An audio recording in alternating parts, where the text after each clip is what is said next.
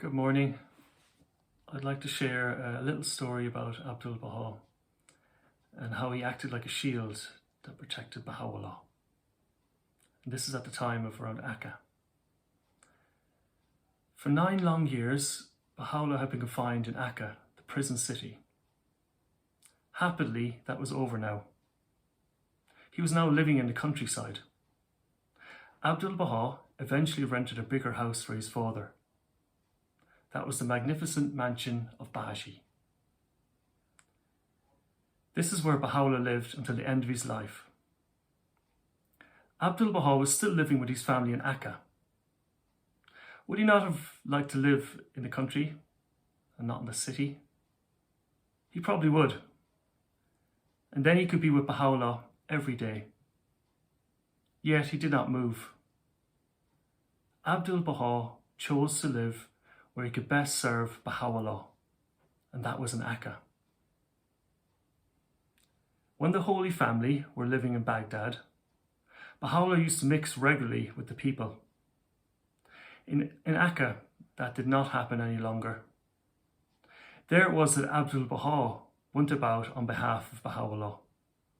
He spoke to government officials and made sure all kinds of things were taken care of. In the whole area, Abdul-Baha became to be better known for his wisdom and knowledge. All kinds of people came to him for advice, rich and poor, high and low.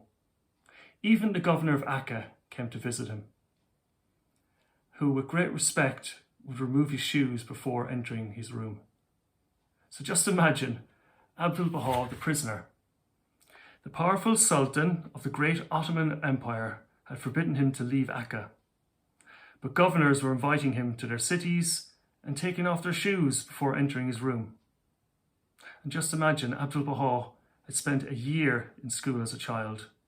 And yet because of his wisdom and knowledge, he's receiving an invitation from Midhat Pasha, one of the most prominent statesmen.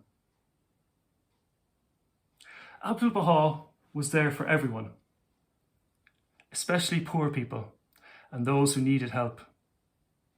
He was always thinking of them. If necessary, he would visit them himself, even if they lived in the poorest little houses.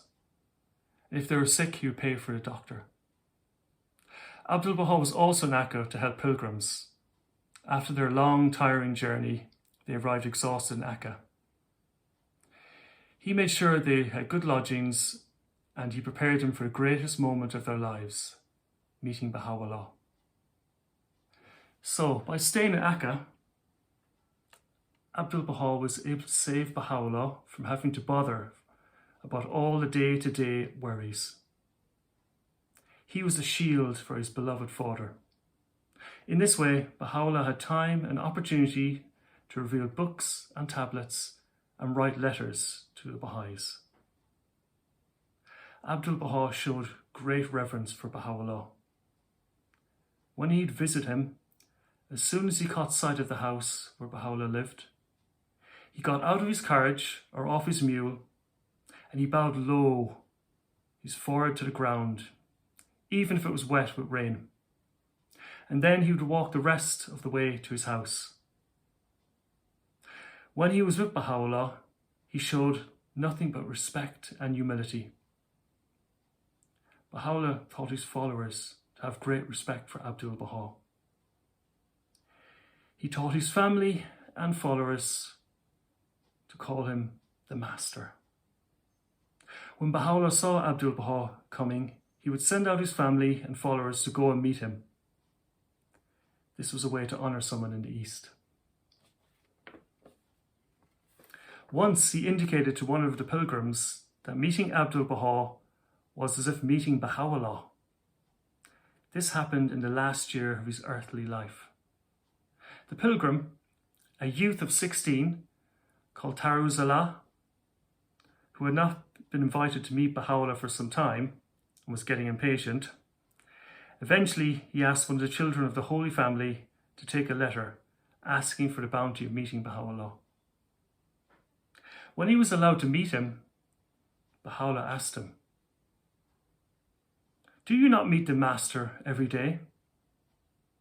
Yes, he replied. Then why do you say that you've not been in my presence for days, while you've been with the Master every day and had the honour of being in his company? So in this way, Baha'u'llah made it clear that being with Abdul-Baha was as being with Baha'u'llah. And Baha'u'llah was preparing his family and his followers for a time when he would no longer be on earth. By focusing on Abdul-Baha as the centre of Baha'u'llah's covenant, the Baha'is of the world remain united in their efforts to live a Baha'i life and create a new civilization. They remember that as part of a promise to Baha'u'llah, they are to love one another. And in Abdul-Baha, they see the perfect example of one who loves.